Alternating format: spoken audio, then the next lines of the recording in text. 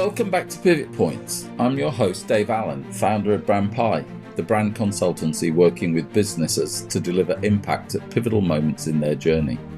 Growing up, Wil Boren vowed to save the world, and having devoted his career to leadership in the medical field, he's as close to a CEO superhero as you'll ever find.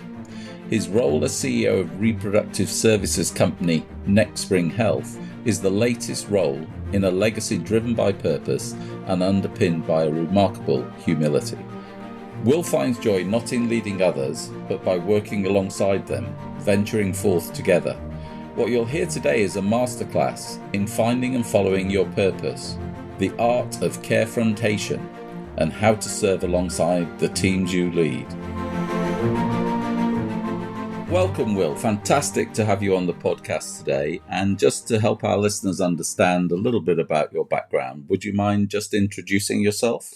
Yeah, thanks, Dave, for having me. I appreciate the opportunity to be on a podcast. This is my first podcast, so I hope that I do well. I think I've shared with you before that this is probably one of the more uncomfortable things for me to do, as I don't really like talking about myself. But just to give you a quick background of who I am, I'll start personally. I am married, a father of 4 children. My oldest daughter is 26 years old. I like to call her my first functional member of society. She finished law school, and now she's a full-time practicing attorney, lives 2 hours south of us. 2 boys in college. One's going to be a senior. One's going to be a junior. Both trying to figure out what they're trying to do in life, but very proud of what they've been able to accomplish so far. And then I have my youngest child is getting ready to be a sophomore in high school. Professionally, I've been with Nexpring Health. It's an in vitro fertilization business for about 7-8 months. I've been longer story for maybe another podcast, but prior to that, I've been in medical devices my entire career. Started in orthopedics. I'm one of those probably weird individuals that thought that I would start and end my career at one company, and life actually, changes quite a bit. People come in, acquire companies. Cultures change, people change, your thoughts change. But I was in orthopedic surgery for about 2 decades in various roles. Probably my biggest background started in marketing and product management, moved into corporate sales, which is kind of sales operations, and then had my biggest opportunity when I was 33 years old. I took a role as the president of international. And that was a role overseeing Asia Pacific, Latin America, and Canada. It was a very interesting time in my life because when I had the call to run Asia Pacific, I told the individual that wanted me in the role that I had only been to Canada and Mexico. In Mexico, I'd been to Cancun. So I'd only left the country, the United States, for social reasons, vacation reasons. And I was asked to run a very pivotal part of the world of Asia Pacific. So very transformative part in my life. The person that took a chance on me, I was so thankful that he did so. I actually turned the job down when he asked me to take the role because I didn't think I was qualified to take it. But he thought, based on the work that I had done for the organization before, that I was the right person for the role. So I was very thankful that he gave me that opportunity, and it really catapulted a lot of other opportunities from there. In orthopedics, I had that role first was kind of the really big role as president of international. I was approached by my CEO after that time to be the divisional president for a very rapidly growing segment of orthopedics called sports, extremities, and trauma. I also turned that role down, which is maybe a consistent theme. I said I really liked my international role and didn't really want to move to that one, but ended up taking the role. We were then acquired. We had planned to go public. I'm actually in my 3rd private equity company.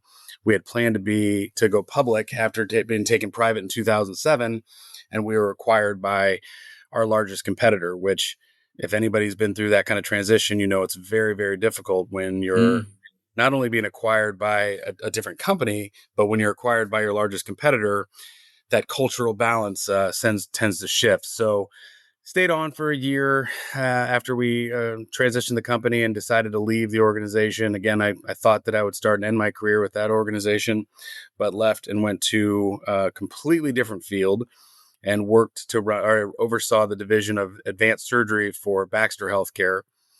I did that for about 5 years. It was I was so entrenched in orthopedics that I didn't think there was another world outside of orthopedics. So it was very eye-opening to me to be able to work with OBGYNs and urologists and cardiologists and just completely different field of medicine. I did that for 5 years, and longer story for another day, but we had acquired, Baxter Healthcare had acquired Hillrom, which was a very large acquisition, and the division I was running, we wanted to try to double and scale, and for a number of different reasons, the cash deployment changed, so ended up leaving that organization to go run. This was my second private equity event or organization, to run an organization called Paragon Medical. Paragon Medical was a contract design and manufacturing organization. Maybe another consistent theme when I was approached to run that organization. I also turned that down because I hadn't been anywhere involved in operations. And the chairman called me and said, "We want you to be the CEO." And I said, "You want me to run a contract manufacturing organization? I know that we make products and I send it to the shop and the individuals will tell me how to make these products, but I had nothing about running machines and lathes and CNCs. So I'm the wrong person." He said, "I'll teach you that stuff, but we think from the commercial marketing side, you'd be great." And so I ended up taking that role. This was probably, again, an area that I thought this would be my last job. It was a private equity company. We ended up selling the organization in the 2.5 years that I was there. We were acquired by a very large organization called Amatec, which is a great company. But moving from a privately held company where you're the CEO and now you're working for the guy that's working for the guy, and then you're running the division, kind of changes the dynamics of really what you think you can do. So very amicable separation, but I ended up leaving the organization. And I thought that I would take the summer off and try to figure out what I was going to do. I ended my time with Amatec in June, but I was called by a private equity company called Astorg to talk to me about a number of different companies that are in their portfolio. They have contract manufacturing. Obviously, I couldn't enter that because of my non-compete with my previous company.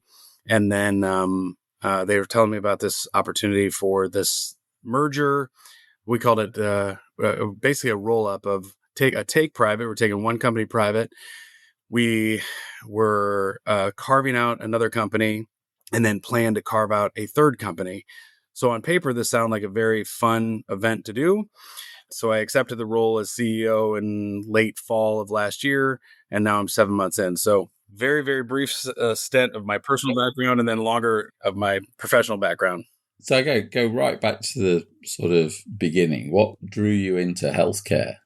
So when I graduated, I actually had a degree in environmental science and wanted to save the world. And that was kind of my original thought, that I'd find a role in some sort of environmental science. Very tough jobs to find unless you have a graduate degree.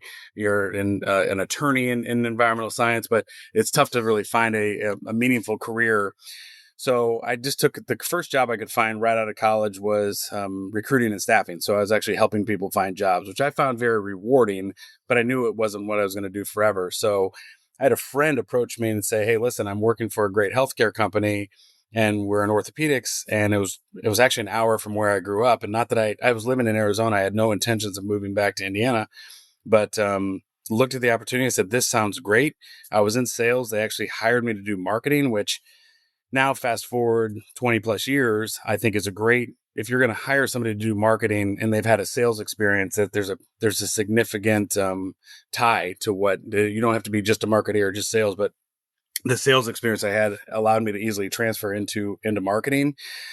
But then I found out what they were doing and helping people walk and restore mobility. I thought this was one of the coolest things to be a part of. And it was, I guess, the closest tie I could have to my environmental science desires, that I really wanted to help the world, help people. And I thought, hey, this would be great to work for an organization that does just that. Sounds like you're more driven by purpose than the job or the money or the benefits that go with it, which is really lovely. Am I right? Or So, yes, I mean, the short summary would be, I think that if you start with purpose, the rest kind of comes. I started in sales, so I always had this kind of sales focus of how to drive the customer, how to make sure that you've got the right buying questions, etc. But one of the early influences in my career, who was the president of the division I was working for when I first started in orthopedics, I was trying to sell this little device that was actually a training device that helped surgeons be better at their trade. I mean, literally, it helped them be better rotator cuff repair surgeons. And I said, oh, we can sell this for $50. It's like, let's make money on this.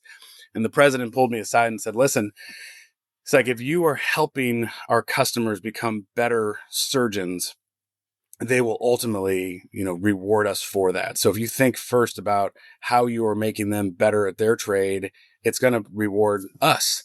And so that kind of immediate tie early on in my career helped me kind of recenter my approach to my job, to the way I looked at marketing, sales, everything, to say, look, if the core of what we're doing is around the purpose of the company, the product, making people better, then everything else will just happen. And I mean, as you've grown and developed as a leader, how important has mentorship been to you? Have you had 3 or 4 people through your journey that really stand out? Yeah, yes. I mean, it's so funny because you don't really realize how important. I never formalized and called somebody a mentor, but the individual that took a chance on me in my first big role, I would have considered a mentor in the very beginning and shaping of that, just because he took the chance on me and gave me the confidence that I could do the job. The CEO of the orthopedic company I work for was phenomenal, ethical. We went through really, really challenging times in that company, and just somebody I could always trust, who was always giving me great advice. He's actually somebody that I've still stayed in touch with today. And if I have issues or struggles, I'll call him and say, hey, Jeff, this is what I'm looking at. What do you think? And he's been giving me great advice. Fast forward to my time at Baxter Healthcare. The CEO of that organization, Joe Almeida, is, I think, one of the most respected healthcare CEOs I've ever had a chance to work with. Similar, just the mentorship and guidance that he gave me along the way, and the trust. And there are certain things that, we made mistakes. I made mistakes, and, very easy for a leader, a manager, a boss to say, I'm going to terminate somebody based on that mistake. But having somebody who would actually pull you in and say, let's learn from this and grow from this. And the mistake's a bad one, but it's not so damaging that we have to reset the entire company.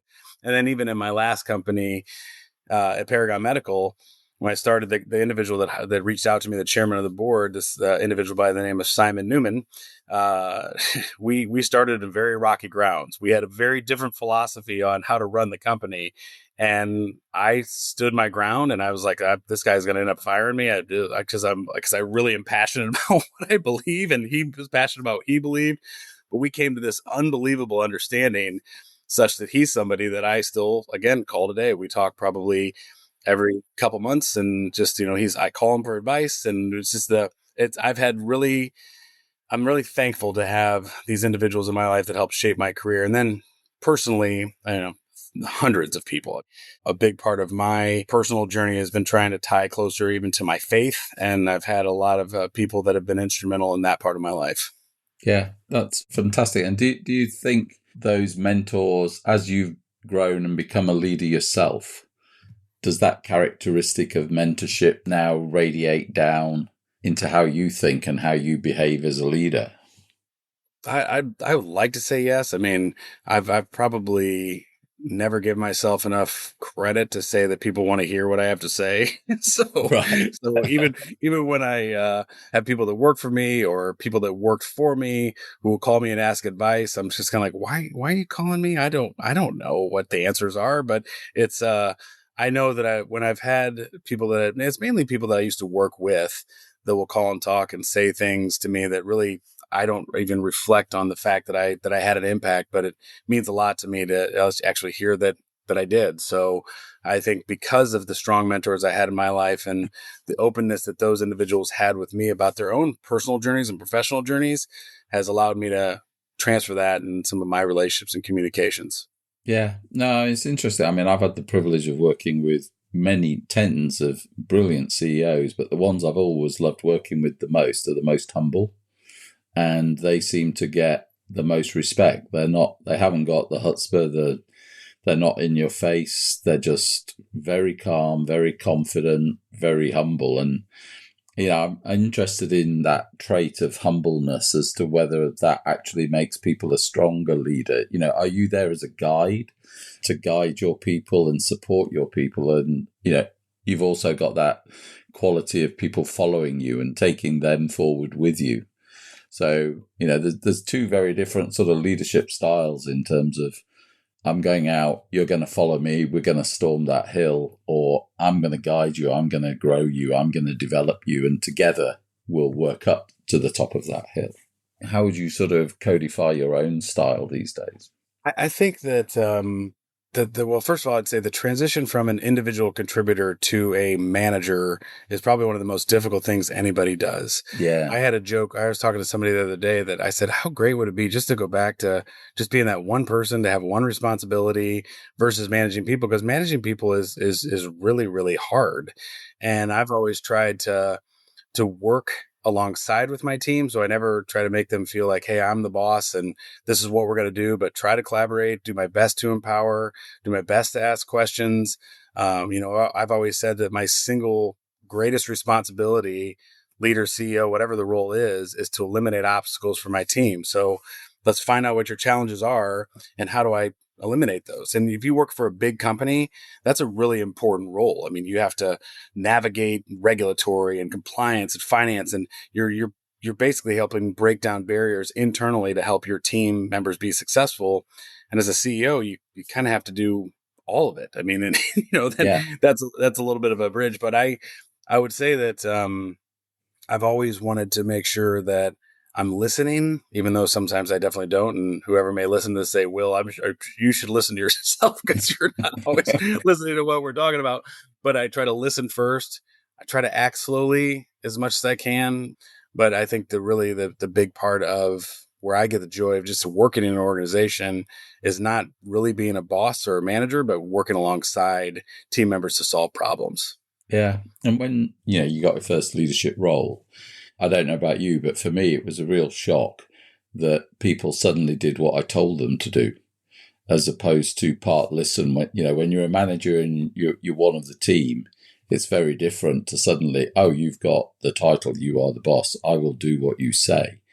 And it took me quite a while to adjust and figure out, okay, I've actually got to be much more precise in what I tell people to do. And I no longer can just throw ideas in from the side, because they're going to go and do them. So how did you make that adjustment from being in the team to leading the team? Any sort of thoughts, hints and tips for people listening?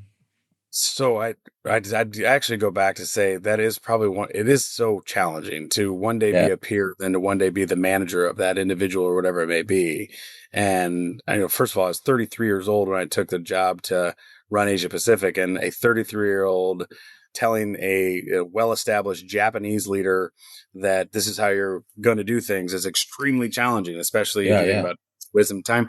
But I think the adjustment for me came back to, and what I described is like, what can I do for you? It was really kind of like, look, I know your role, I know my role. How do I actually do my part in contributing to your own success? I think that's what helped me quite a bit early on. Today, it's obviously a lot different. I recognize my role and responsibility a little bit more. I still try to do the approach as it relates to serve your team members, but I think that's what it was. It's intimidating. It's extremely challenging to start to lead people and to stand in front of them and say, "Oh, good, let's go, follow me." And you want to do your best, not only for them, you want to do your best for your company. There's just so many stakeholders you have to manage that it takes a long time to refine it. I still haven't figured it out. Yeah. And did you find you got that sort of CEO loneliness? Oh, totally. That's the one thing. Actually, I've had a few individuals, again, these mentors we talked about. That's why I call them today, because it's like I can complain to my wife, and she's like, okay, I don't care. I don't know what you're talking about. She does. She very much cares about me. But like when I'm like, hey, our quarter's coming short. We got to figure out a way to make up revenue. She's like, I literally can't help you. So you need to talk to somebody else. But it is, I hate to say lonely at the top, but it very much is. You can talk to your board if you've got a really strong board and you've got currently on our board of directors, our chairman of the board is an individual by the name of Thomas Axelson, who was the former chairman of actually a competitor of our company, Nexpring. And this individual is phenomenal because he sat in the CEO role. We had, again, in the very beginning of our relationship, not tension, but trying to feel each other out, trying to figure out how we'll operate together. But, he and I talk about this quite a bit. He's like, Will, call me. when you've got those situations where you truly, truly feel alone, call me and just vent. And just to be able, you have to find those people and you have to find them quick because it is very lonely. Yeah. And that tension you've touched on a couple of times, it's an observation I've sort of been making over the last few years as I've watched people in business. Is sort of back in the 80s when I started, conflict was good. And you'd had a healthy debate, you had conflict, and you went for a beer. And you parked the conflict and became friends again. Mm-hmm. Today, conflict seems to be stretching into hate almost, and it's not good. And so, how do you bring healthy conflict into a business today? Because that's definitely something that needs thinking about, and everybody feels good at the end of that process. So, my first job out of college, I worked for a company called Aerotech that was founded by a great leader named Stephen Bisciotti. And they coined a term, and maybe it wasn't them, but it's where I learned the term called carefrontation, which maybe you've heard of this before. I haven't. No, that's a great one. I've heard of co-opetition. It was such a great expression. It was such a great strategy because not only did it challenge you to carefront your colleagues, but to also carefront your boss. Yeah. And so very early on, it was like, we want a culture and environment of brutal honesty. And so I learned that early on. I try so hard to adapt that today that, when I'm talking to people, when I'm in a meeting, I always want feedback. And I even tell people, I said, listen, I really want you to tell me what I did right, what I need to do better, what I need to change. I said, and it may hurt my feelings. I'm going to tell you right now, it may hurt my feelings if you tell me, Will, I wish you would have done something different during that meeting, but I'm not going to get better unless you tell me. So I think today, and again, it takes time to adapt its culture. It takes time to challenge or to change, especially in our environment today. We've got 10 different companies with 10 different origin stories and 10 different cultures. But I really want to be someone that is open to feedback, to open to say, hey, I wish you would have done something different. And we have to make hard decisions. I mean, we're bringing three organizations together, three large organizations together that are a subset of 10 companies. And as you know, when you have 1 + 1 + 1, it doesn't always equal 3, especially as you're bringing, team members together. So really trying to exercise that carefrontation, exercise the openness to say, tell me how to be better, tell me what I can do differently, and being open to that feedback and learning from it and changing. Yeah. And I mean, what you're doing now in the leadership role of bringing 10 entities together under a single name and a single business and a single operating model, that's one of the most complex things you can ever attempt to do in business. And what sort of things have you put in place to try and get people to align and come together? Have you used strong vision for the organization to help people see, what the future could look like and inspire them to create that? Or is it too early in the process? Well, I'll tell you, Dave, this is a credit to your firm, and I know this is not why you even asked this, but No, I'll share. it wasn't. I'll share with you anyway. But the one thing I knew we had to do from the beginning is rally behind something new, because you've got Cook Medical, which is a very well established brand. It's still a brand in the market for a number of different products outside of reproductive health, but we had to move away from Cook. Irvine Scientific had its own brand and own name and own image. And then Hamilton Thorne, which was the take private, had the 8 sub companies, all of which had their own name, sub brand, and image. So we had to get the team on board quickly with, all right, you're no longer Planer, you're no longer Gynemed, you're no longer Cook, Irvine, you are now Nexpring. So that process, that evolution, that time frame to develop the name and then launch it was so critical that we wanted to do it fast. In fact, a lot of the market response right now is, wow, we just didn't see this happening so fast. Usually you'd see like a year, 2 years transition. So we've been able to not only rally around a name, a new identity, but have very brutal conversations. Like we are the first big company in this industry to use the color orange, as you see in even my shirt today. My phone has an orange cover. I mean, I've driven into the brand. I'm orange everywhere, orange order, whatever it is. But it was different, and even some of our companies. I still remember one of the team members of one of our strong organizations in Europe and the DACH region called Gynemed their color was pink, and we had long discussion about it. And she didn't want to change, and actually came to a meeting after a long conversation and wore orange. She's like, "I'm there, I got it, I'm ready to go." That rallying around the name, the color, the brand, the image has been so critical. And I'd say if you look at the culture journey, you're never there. You're always trying to improve.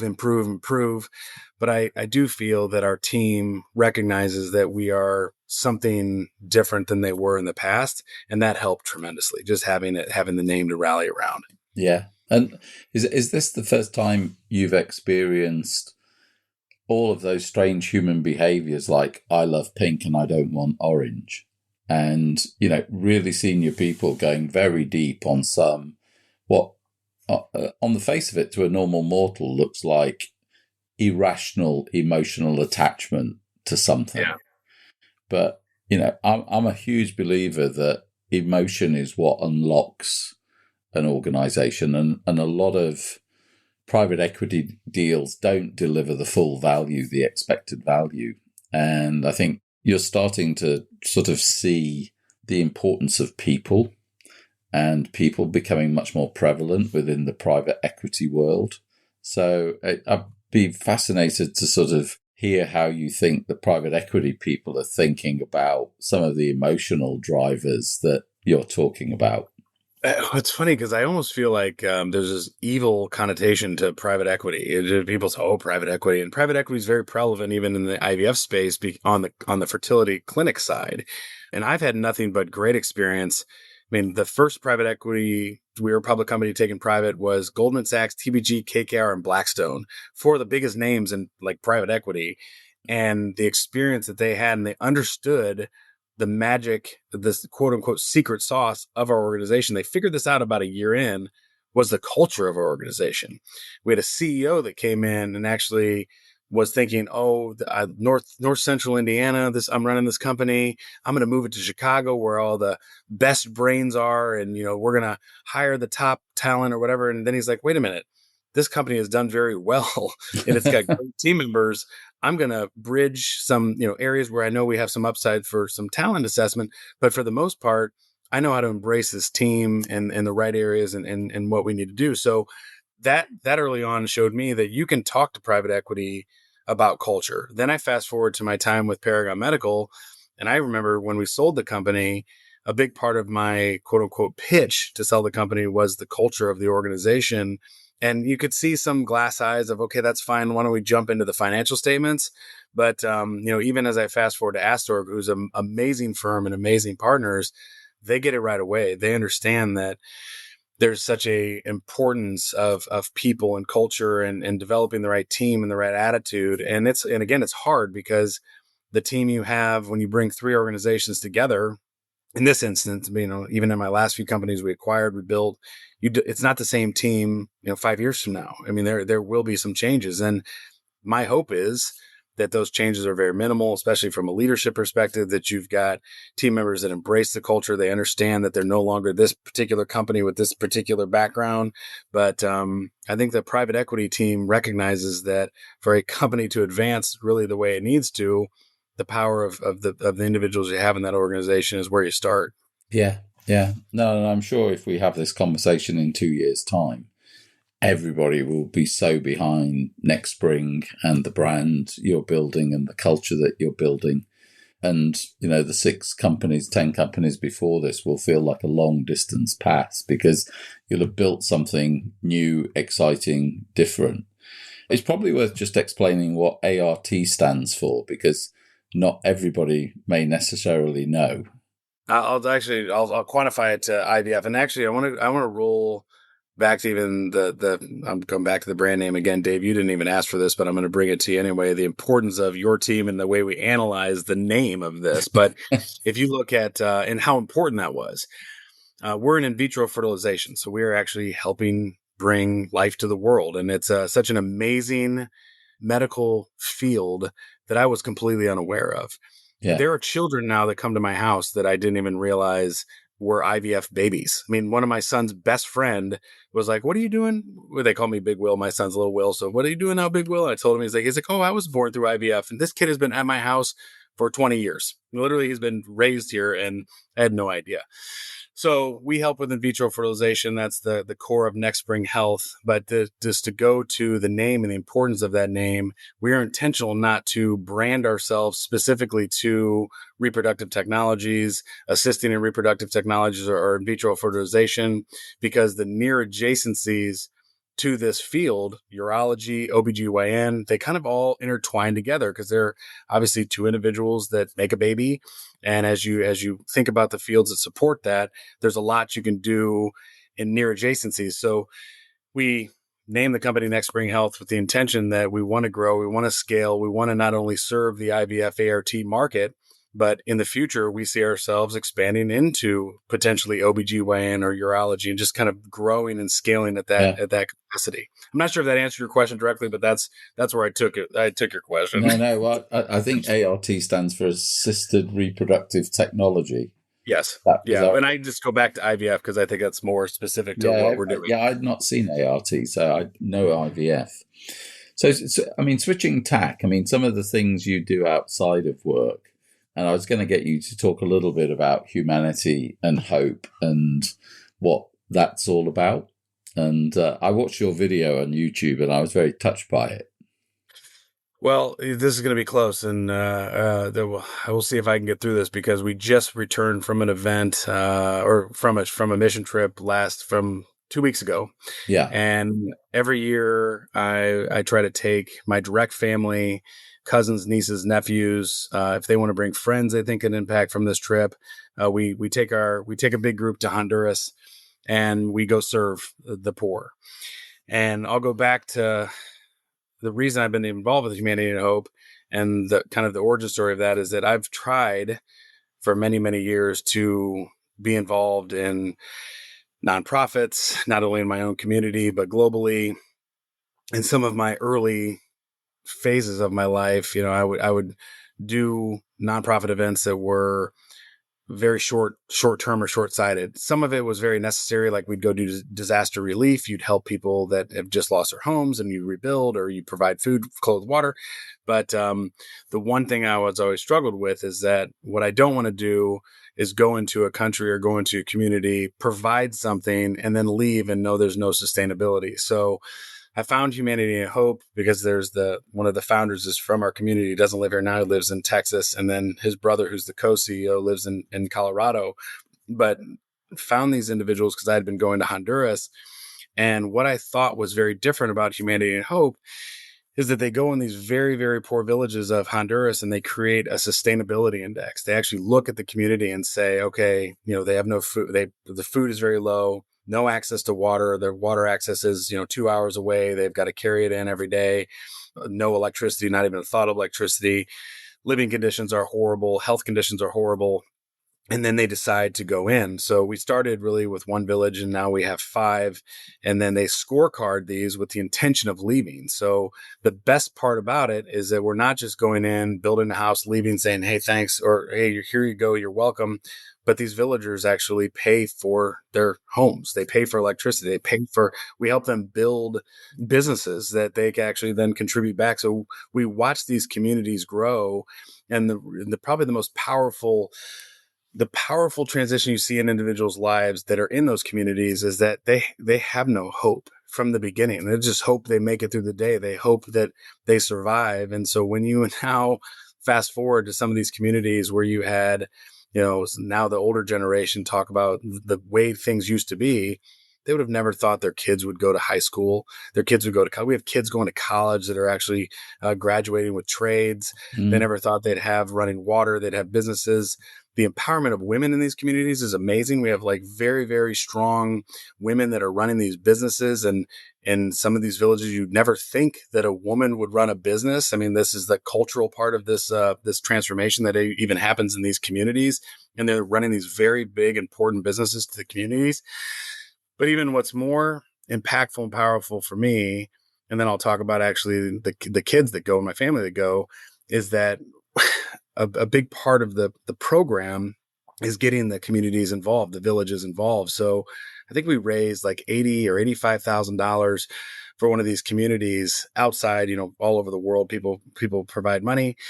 And this community raised $4,000 on their own. Now, 18 families in probably one of the poorest places you've been in the world, raising $4,000, equate that to like 80-90% of your income. So these villagers, these families are coming together to raise this money for their own community and giving back. So we measure success in a number of ways with the sustainability index, but probably for me, most emotionally is to see that you've developed a community that's not only interested in themselves and selfish to their own individual needs, but they're actually giving back to their other families in their community.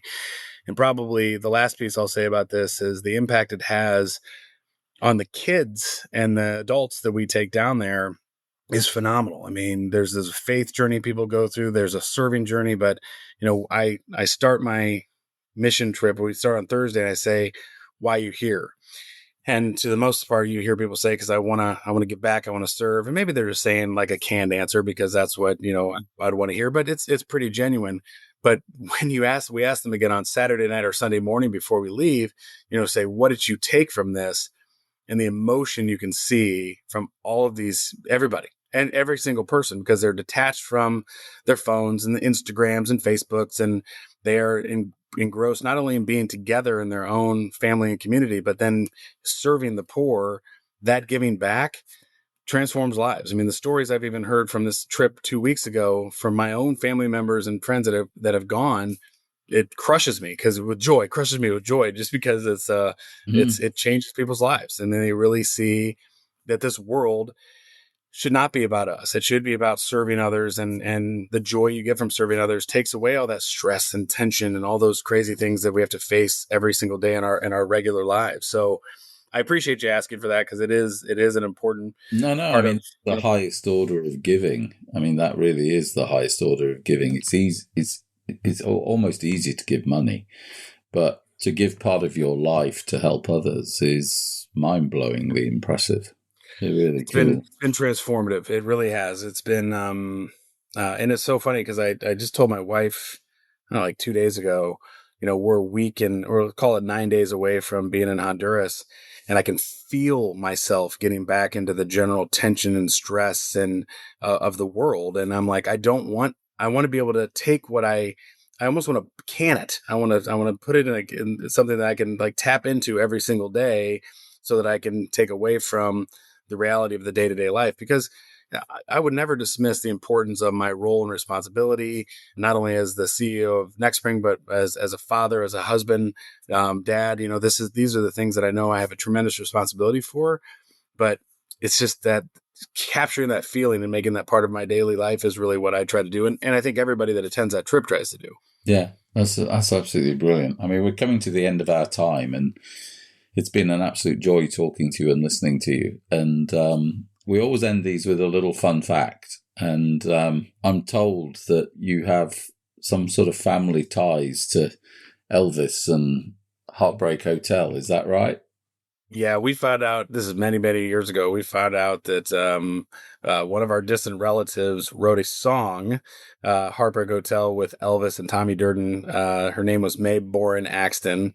We found this through our family tree research and went down and visited her. She was a wonderful lady. She has since passed. Wonderful lady. Took us to all these fancy places in Nashville. We've actually felt like royalty to be with somebody that not only knew Elvis, but worked with Elvis. Was really, we went to the premiere of even the movie Heartbreak Hotel, which those who've never known that existed it's an average movie, but still it was cool to be a part of it. Good film. And so do you play it every holiday season, or yeah, do we play Elvis every holiday season? No, Heartbreak Hotel. It must take a role in the family. It's so funny. Like I had to remind my children that this was a part of our background, and they had to use whatever SoundCloud or Apple Music, whatever they had, just even hear the song. So we have to refresh it from time to time, just so they know they have some fame in their background. But well, I promise not to make you sing it, but no, that would be a bad idea. All right. Well, that brings us to the end of the podcast, and huge thank you, Wil, for being so open and honest, and that was just brilliant. Thank you. Well, I appreciate you. You asked me to do this, and thank you again also for your firm and everything that's been. This has been such a tremendous joy working with you guys, and I appreciate it very much. Thank you so much for listening to this episode of Pivot Points. If you enjoyed this episode, you can find more fascinating conversations with industry leaders in our previous episodes. You'll find us wherever you get your podcasts.